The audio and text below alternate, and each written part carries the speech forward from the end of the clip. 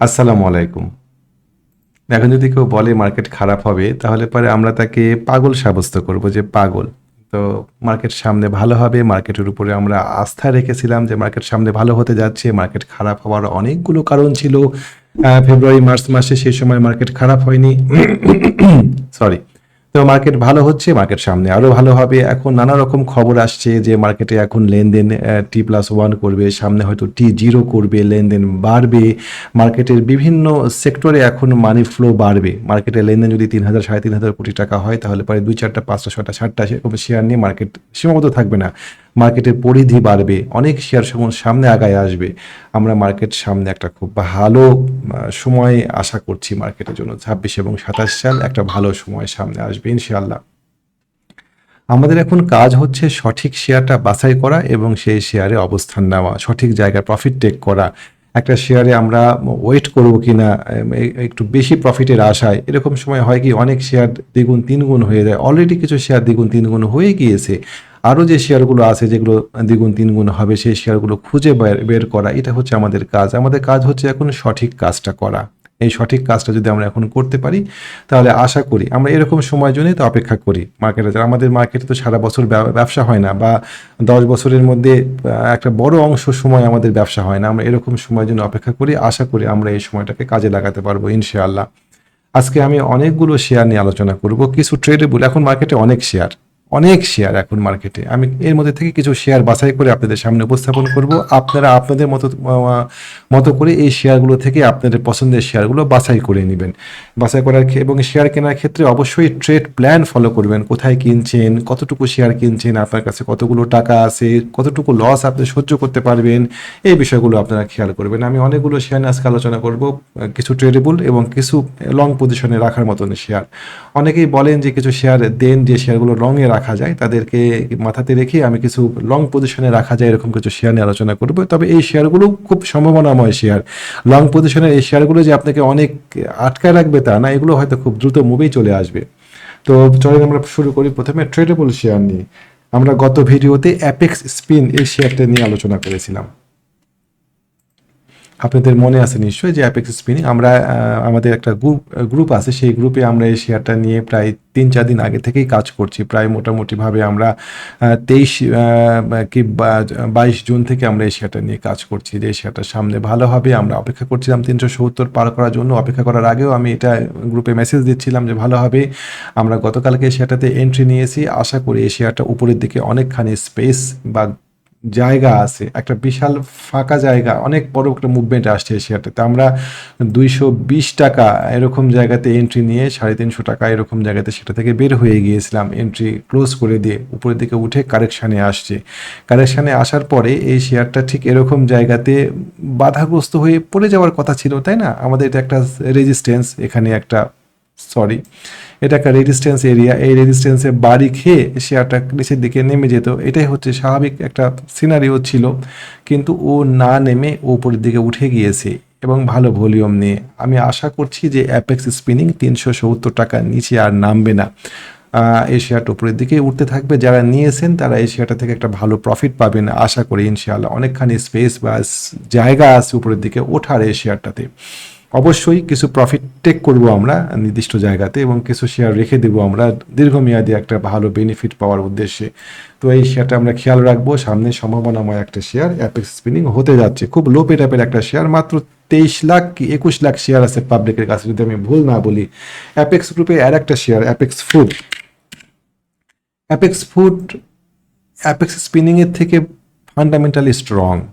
Share সংখ্যা এটারও ওই ২০-২১ লাখের মতোই, কম বেশি।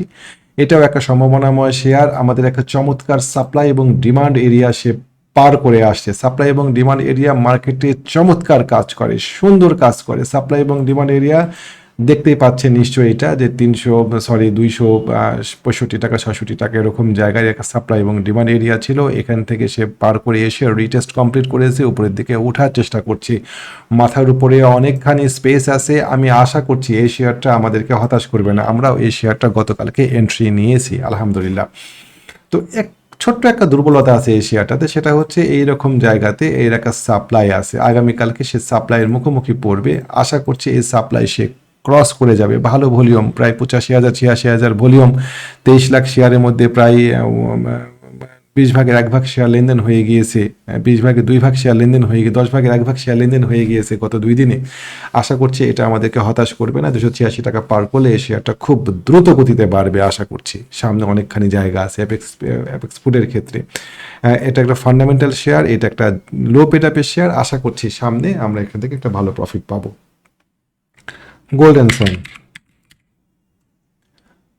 গোল্ডেন সান অলরেডি ডবল হয়ে গিয়েছে, 9 টাকা থেকে শেয়ারটা 18 টাকায় উঠেছিল। আশা করছি এই উপরের দিকে আরও যাবে।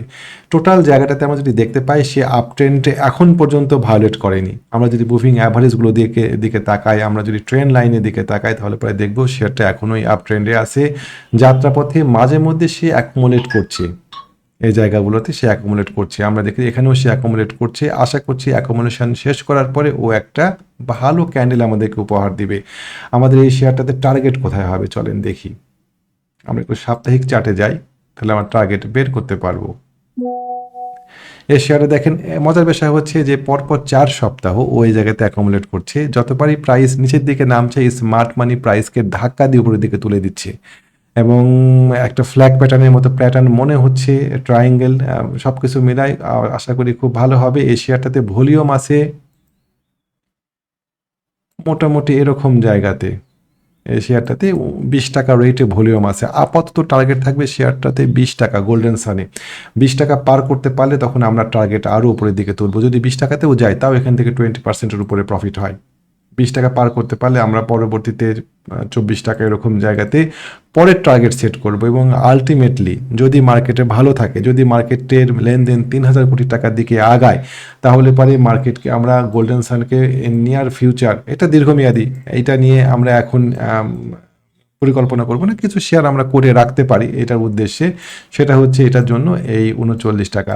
আমি আবারও বলি এটা খুবই দীর্ঘমেয়াদী। আমাদের এত দীর্ঘমেয়াদী চিন্তাভাবনা এখন করলে পারে ওই যে শুরুতে বললাম, হয়তো আপনারা আবার আমাকে পাগল বলা শুরু করবেন যে 40 টাকা 16 টাকা শেয়ার, আমি ওই খেতাব নিতে রাজি না এখন।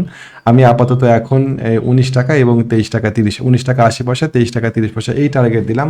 যদি 23 টাকা 30 পয়সা পার করতে পারে তখন আমরা এটাকে আরও উপরের দিকে 40 টাকার দিকে নিয়ে যাওয়া যায় কিনা বা যেতে পারে কিনা, তখন সেটা আমরা আলোচনা করব বা আমরা বিবেচনা করব। মার্কেট যদি 26 এবং 27 সাল ভালো থাকে তাহলে পরে গোল্ডেন সানের মতন শেয়ারগুলো যেগুলো নিচ থেকে উঠে আসছে সেগুলো এরকম জায়গাতে যাওয়াটা খুব অস্বাভাবিক মনে হবে না, 40 টাকার দিকে যাওয়া। তারপরেও দূরের এই বাদ্য আমি এখন আপনাদেরকে শোনাতে চাই না, দূরের বাদ্য দূরেই থাক।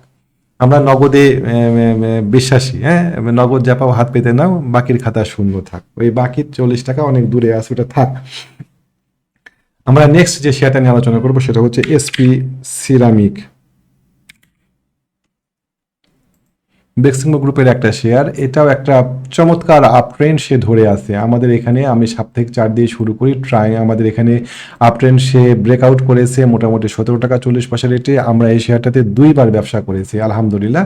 ও সুন্দর করে উপরের দিকে উঠে গিয়ে আমাদের এখানে একটা সাপ্লাই এবং ডিমান্ড এরিয়া আছে, আপনারা স্পষ্টতই বুঝতে পারছেন। সাপ্লাই এবং ডিমান্ড এরিয়াগুলো আমি আবারও বলি, সাপ্লাই এবং ডিমান্ড এরিয়াগুলো যদি চার্টে চিহ্নিত করতে পারেন তাহলে আপনার কাজ অর্ধেক শেষ, বাকি অর্ধেক চার্ট নিজেই করে নেবে।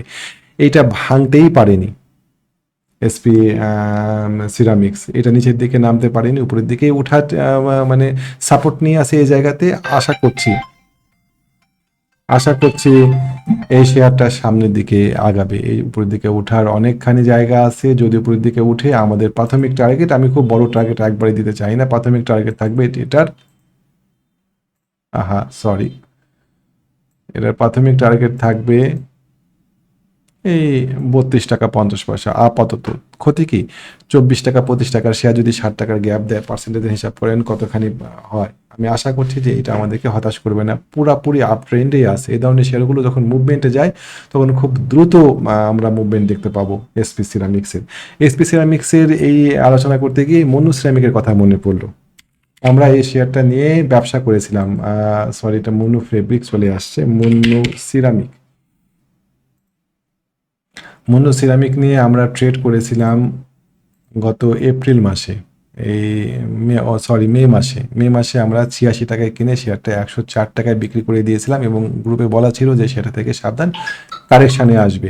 কারেকশান শেষে ও এখন, আমি আশা করছি সেটা কারেকশান শেষ, কেননা ও যদি এর নিচে নেমে যায়, মুন্নু সিরামিক যদি ৯২ টাকার নিচে নেমে যায়, ফিবোনাক্কি দিয়ে আমরা যদি টানি, তাহলে আমরা ফিবোনাক্কি দিয়ে টানলে পরে একদম চমৎকার 618, ৯২ টাকা ছিল, সে ৯২ টাকাতে আসছে। প্রথম লজিক যে ফিবোনাকি 618, দেখেন একটা জিনিসের দাম ১০০ টাকা ছিল, সেই জিনিসটার দাম 60% কমে গিয়েছে। আপনার কাছে চিপ মনে হচ্ছে না? এটাকে চিপ প্রাইস না। আমি আমার লিস্টে আজকে মনোসেরামিক নাই, আমি জাস্ট আলোচনা করছি যে একটা প্রাইস ১০০ টাকা ছিল, সেটার দাম কমে এখন আপনার ৪০ টাকা হয়েছে। তো এটা তো খুব চিপ একটা প্রাইস। তো এইরকম প্রাইস থেকে শেয়ারটার মুভমেন্ট অনেক সময় 618 একটা গোল্ডেন রেশিও, এখান থেকে প্রাইস অনেক সময় রিভার্স করে।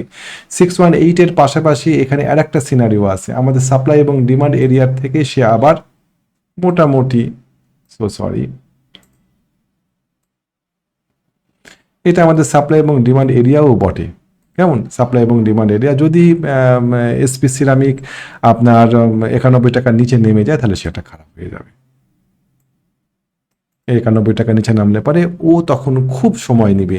স্মার্ট মানি যদি শেয়ারটাতে অ্যাক্টিভ থাকে বা যদি স্মার্ট মানির কাছে শেয়ার থাকে, তাহলে তারা কিছুতেই এটাকে ৯১ টাকার নিচে, মানে ৯২ টাকার নিচে নামাবে না। ও হয়তো এখান থেকে নেমে উপরের দিকে উঠবে। আমাদের আপাতত টার্গেট থাকলো এটাতে ১০৪ টাকা।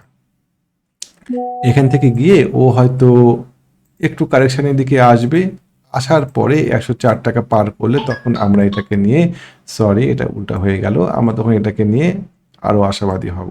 হতে পারে এখানে একটা head and shoulder, inverse head and shoulder হতে পারে, ইনভার্স হেড অ্যান্ড শোল্ডার হতে পারে এখানে একটা। আমরা এখান থেকে তখন চিন্তা ভাবনা করবো যে এখানে এন্ট্রি দিব কিনা। আপাতত ১০৪ টাকা মুন্নু সিরামিকের টার্গেট থাকলো। এসপি সিরামিকের কথা বলতে গিয়ে মুন্নু সিরামিকের কথা মনে হয়েছে, এটা আমাদের লিস্টে নাই। আমাদের নেক্সট শেয়ার হচ্ছে রানার অটো।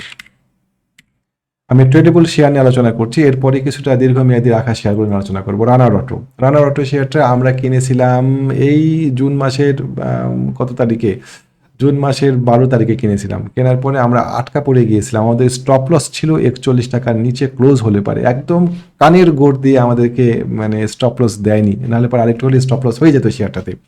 তো এই শেয়ারটা এখন মুভমেন্টে আসছে, ভালো ভলিউম তৈরি হয়ে গিয়েছে। যদি ৪৫ টাকা পার করে, তাহলে পরে এর টার্গেট পরবর্তীতে অনেকখানি উপরে। প্রথম টার্গেট ৫০ টাকা এবং পরবর্তী টার্গেট আমাদের দেওয়া থাকলো এই শেয়ারটাতে ৬২ টাকা, ৬০ টাকা, ৬২ টাকা। আশা করি আমরা এটাকে ৬০ টাকা, ৬২ টাকা লেভেলে দেখতে পাবো। প্রচুর ভলিউম ছিল আমাদের নিচে, এই ভলিউমগুলো একে উপরের দিকে ঠেলে নিয়ে যাবে। একটা শেয়ারে যখন অনেক টাকা এঙ্গেজ হয়ে যায়, অনেক মানি যখন একটা শেয়ারে এঙ্গেজ হয়, স্মার্ট মানি যখন শেয়ারটাতে এঙ্গেজ হয়ে যায়, তখন একটা শেয়ারকে চাইলে পারেই নিচের দিকে নামায় নিয়ে আসা খুব কঠিন। কেমন সাময়িক হয়তো ২-১ দিন মার্কেট সেটা স্লো যায়, ২-১ দিন বা ২-১ সপ্তাহ, কিন্তু আলটিমেটলি তার গন্তব্য উপরের দিকেই থাকে। আমরা দেখেছি একটা ভালো ভলিউম নিয়ে পরবর্তী পর্যায়ে আরও ভলিউম যদি ব্রেক করতে পারে এই লেভেল রানার অটো, তখন দেখবেন যে এটা একটা সম্ভাবনাময় শেয়ার হয়ে গিয়েছে।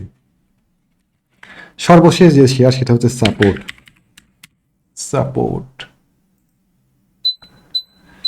শেয়ারটা নিয়ে সোশ্যাল মিডিয়াতে অনেক আলোচনা। কেউ বলছে শেয়ারটা খাওয়াই দিচ্ছে মানুষকে, কেউ বলছে হাতে ধরাই দিচ্ছে, কেউ বলছে যে একদিকে সেলার বসে আছে ২০ লাখ, বায়ার নাই, আবার কখনো কখনো বায়ার চলে আসছে। আমার কথা হচ্ছে যদি সেলার ২০ লাখ একদম টপে থাকে কেনার জন্য, তাহলে পারে যিনি যদি বায়ার একদম টপে থাকে কেনার জন্য ২০ লাখ শেয়ার নিয়ে, তাহলে পরে যিনি বিক্রি করবেন তিনি ১০ পয়সার জন্য বিক্রি করছেন না।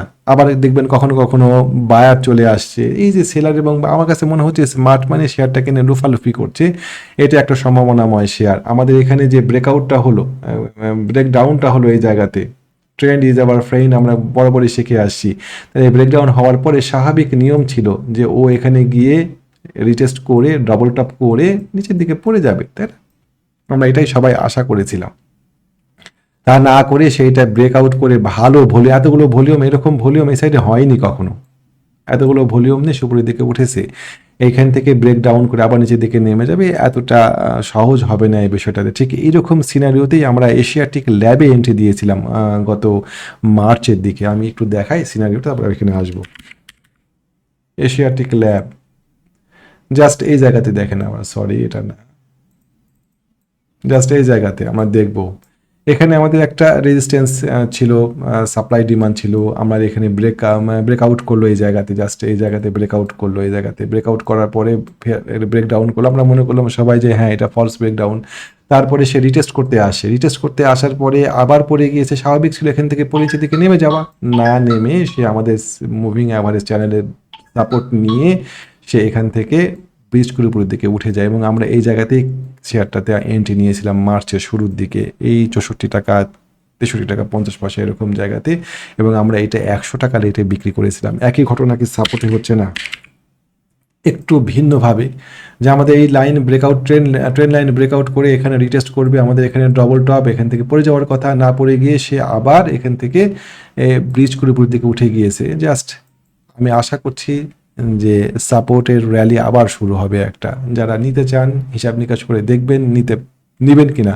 গতকালকে বেশ ভালো ভলিউম হয়েছে, 80-85 লাখ শেয়ার লেনদেন হয়েছে, আশা করছি আগামী দিনকেও এই শেয়ারটা মুভমেন্ট হবে। মার্কেট ভালো হচ্ছে, আমরা এখন এই ধরনের শেয়ারগুলোতে মুভমেন্ট আশা করবো ইনশাআল্লাহ। তো মোটামুটি ট্রেডেবল শেয়ারগুলো শেষ করে দিলাম, এবার আসেন আমরা কিছু শেয়ার নিয়ে আলোচনা করি যেগুলো একটু দীর্ঘমেয়াদী রাখলে পারে ভালো হবে। BSc PLC submarine cable, BSc PLC submarine cable, এটা একটা সরকারি শেয়ার, ভালো শেয়ার, এদের লস হওয়ার কথা না কখনোই, আমরা কখনোই ইন্টারনেট ব্যবহার বন্ধ করব না। তো চমৎকার। অনেকে বলবেন যে ভাই 5% বেড়ে গিয়েছে এখন বলছেন, হ্যাঁ আমরা এই ব্রেকআউটগুলো আমাদেরকে নিশ্চয়তা দেয় যে এই শেয়ারটা মুভমেন্ট শুরু হয়ে গিয়েছে। নিশ্চয়তা মানে কি, মানে আমরা কিছুটা আশান্বিত হই যে এখন কে জানতো এখানে ব্রেকআউট হবে কিনা, আমাদের জাস্ট এই জায়গাতে দুইটা সাপ্লাই ছিল, 158 টাকা লেভেলে একটা, 158 টাকা থেকে 155 টাকা লেভেলে একটা বিশাল সাপ্লাই আছে, আমরা এখানে ভলিউম দেখতে পাচ্ছি, এটা ব্রেকআউট হয়েছে। এখন যদি রিটেস্টে আসে আমরা নিব, অথবা 158 টাকা ছেড়ে দেন নাকি আগামী দিন, 158 টাকা ব্রেকআউট হলে ও রিটেস্টে আসবেই, প্রফিট টেকিং হবেই, যারা কিনেছে এই জায়গাতে তারা প্রফিট টেকিং, যারা 47 টাকা 45 টাকা কিনেছে তারা প্রফিট টেক করবেই, তাদের প্রফিট টেকিং এর চাপে ও যখন আবার নিচের দিকে নামবে তখন কিনেন, অথবা যদি এখনই সে কমে আগামী দিন তাহলে ওইখানে নেওয়া যেতে পারে। একটু দীর্ঘমেয়াদী শেয়ারটা ধরে রাখেন, আশা করছি এখান থেকে একটা প্রফিট পাওয়া যাবে, ভালো প্রফিট পাওয়া যাবে। আপাতত টার্গেট দেওয়া থাকলো ফ্লোর প্রাইস 220 টাকা, পরবর্তীতে টার্গেট আরও বাড়ানো যেতে পারে, মার্কেট সামনে ভালো হবে, মার্কেটে লেনদেন 3000 কোটি টাকা হলে পারে এই ধরনের শেয়ারগুলো এখানে পড়ে থাকবে না আশা করছি ইনশাআল্লাহ। সরকারি শেয়ারগুলোতে মুভমেন্ট আসছে, পদ্মা মেঘনা যমুনা ওয়েল, তারপরে এই শেয়ারগুলো ভালো হলে পারে আশা করছি এই শেয়ারটাও ভালো হবে। তো চলেন, পদ্মা মেঘনা যমুনার কথা মনে হওয়াতে তিতাসের কথা মনে হলো। তিতাস গ্যাস বি ক্যাটাগরির একটা শেয়ার, এটাকে নিয়ে আসার কারণ হচ্ছে যে অন্যান্য শেয়ারগুলো বেড়ে গিয়েছে, যারা একটু দীর্ঘমেয়াদী বিনিয়োগ করতে চান, অনেকেই মেসেজ দেন যে এফডিআর এর টাকাগুলো আছে কোথায় বিনিয়োগ করব, তারা এই সমস্ত শেয়ারগুলোতে খেয়াল রাখতে পারেন। 17 টাকার নিচে স্টপ লস দিয়ে আপনি শেয়ারটা কিনতে পারেন। আশা করছি এটা একটা ভালো সম্ভাবনাময় শেয়ার হতে যাচ্ছে। এটার উপরে অনেকখানি স্পেস আছে। প্রথম টার্গেট থাকলো 22 টাকা, অনেক উপর থেকে পড়ছে, ফ্লোর প্রাইস ছিলই তো গত 23-এও ছিল শেয়ারটা 40 টাকা, সম্ভাবনাময় শেয়ার, বি ক্যাটাগরির একটা শেয়ার, যারা কিনতে চান তারা এটাতে খেয়াল রাখতে পারেন। আশা করছি আমরা হতাশ হব না এই শেয়ারে। আমাদের অলরেডি ট্রেন লাইন সে ব্রেকআউট করে গিয়েছে,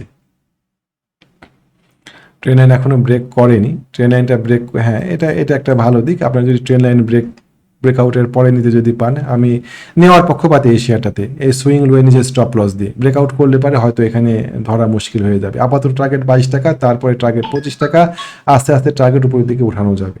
তারপর চলেন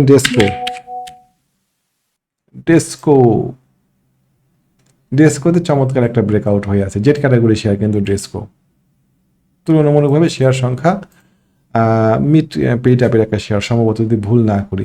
জেড ক্যাটাগরি শেয়ারটা ব্রেকআউট হয়ে গিয়েছে, জাস্ট আমরা যদি সেটাতে কিনতে চাই তাহলে পরে আমরা স্টপ লস সেট করে দিব 23 টাকা 20 পয়সার নিচে। এটা একটা সম্ভাবনাময় শেয়ার হতে যাচ্ছে, যদি আশা করছি যে 23 টাকা 20 পয়সার নিচে শেয়ারটা নামবে না, ব্রেকআউট রিটেস্ট করতে আসছে। মোটামুটি এগুলোই ছিল আমাদের আজকের শেয়ারের। পাশাপাশি কিছু শেয়ার আছে যেমন মীর আক্তার একটা ভালো ভলিউম নিয়ে মুভমেন্ট হওয়ার পর একদম ড্রাই ভলিউম নিয়ে আসছে, এরকম জায়গাতে আমরা শেয়ারটা এন্ট্রি দিব কি না আমরা বিবেচনা করে দেখব। যদিও টার্গেট খুব বেশি হয় না, আমরা এটার দিকে খেয়াল রাখবো এই শেয়ারটার দিকে, কেমন যদি ও মুভমেন্ট করে উপরের দিকে উঠে কোন লেভেলটা টাকার উপরে উঠতে পারে, তাহলে পরে আমরা কারেকশনের শেয়ারটাতে নিব। আপাতত আমরা এটার দিকে খেয়াল রাখবো। এরকম অনেক শেয়ার আছে যেগুলো আমরা খেয়াল রাখবো, যেগুলো সামনে ভালো হলে পারে, একটু মুভমেন্ট দিলে পারে আমরা এন্ট্রির কৌশল বা এন্ট্রির জায়গাগুলো খুঁজবো। আমরা যে কাজটা করবো, আবারও বলি, সঠিক কাজটা করবো, ভুল কাজটা করবো না। সঠিক জায়গায় এন্ট্রি নিব, সঠিক জায়গায় প্রফিট নিব, এবং সঠিক জায়গাতে সঠিক সময় পর্যন্ত ধরে রাখবো একটা শেয়ারকে। এবং এই বিষয়গুলো জানার জন্য আমাদের কিছু টেকনিক্যাল জ্ঞান থাকা দরকার, যে কোথায় কিনছি, কতগুলো শেয়ার কিনছি, কোথায় বিক্রি করব, কতটুকু শেয়ার কিনলে পরে আমার স্লিপিং পয়েন্ট ঠিক থাকবে, ট্রেড প্ল্যান কি হবে, এই বিষয়গুলো আমাদের জানা উচিত। আমরা জেনে বুঝে ব্যবসা করলে পরে অনেক অনেকটাই সহজ হয়ে যায় ব্যবসা আমাদের কাছে। তো আপনারা জানেন যে আমাদের একটা ট্রেনিং প্রোগ্রাম শুরু হচ্ছে এই মাসে। যারা ব্যবসাটা শিখে করতে চান, ব্যবসাটা বুঝে করতে চান, তাদের জন্য তারা যোগাযোগ করতে পারেন আমাদের সাথে। এর পাশাপাশি আমাদের একটা হোয়াটসঅ্যাপ গ্রুপ আছে, যেখানে আমরা শেয়ার সাজেশন দিই, কোথায় শেয়ার কিনবেন, কোথায় বিক্রি করবেন, এই বিষয়গুলো আমাদের ওখানে আলোচনা করি। আমরা আমাদের ওখানে দিক নির্দেশনা দিই, আমরা ওখানে গাইডেন্স দিই। যারা আমাদের সেই হোয়াটসঅ্যাপ গ্রুপে যুক্ত হতে চান, তারা আমাদের সাথে যোগাযোগ করবেন। আমাদের হোয়াটসঅ্যাপ নাম্বার আপনাদের সাথে শেয়ার করছি, 01921931195। আশা করি আপনি আমাদের কাছ থেকে উপকৃত হবেন। যারা ট্রেনিং নিচ্ছেন আমাদের কাছ থেকে, তারা অনেকেই দেশের বাইরে ট্রেড করেন, নাসডাকে ট্রেড করেন, ফরেক্সে ট্রেড করেন। তারা ফোন দিয়ে বলেন যে তারা উপকার পাচ্ছেন, তারা ফলাফল পাচ্ছেন, তারা বুঝতে পারছেন অনেক কিছু। আশা করি আপনারাও একই রকমভাবে উপকৃত হবেন। তো মোটামুটি আজকে ভিডিও শেষ। ভালো থাকবেন। আগামী দিন আবার কোনো নতুন ভিডিও নিয়ে আপনাদের সামনে উপস্থিত হব। আসসালামু আলাইকুম।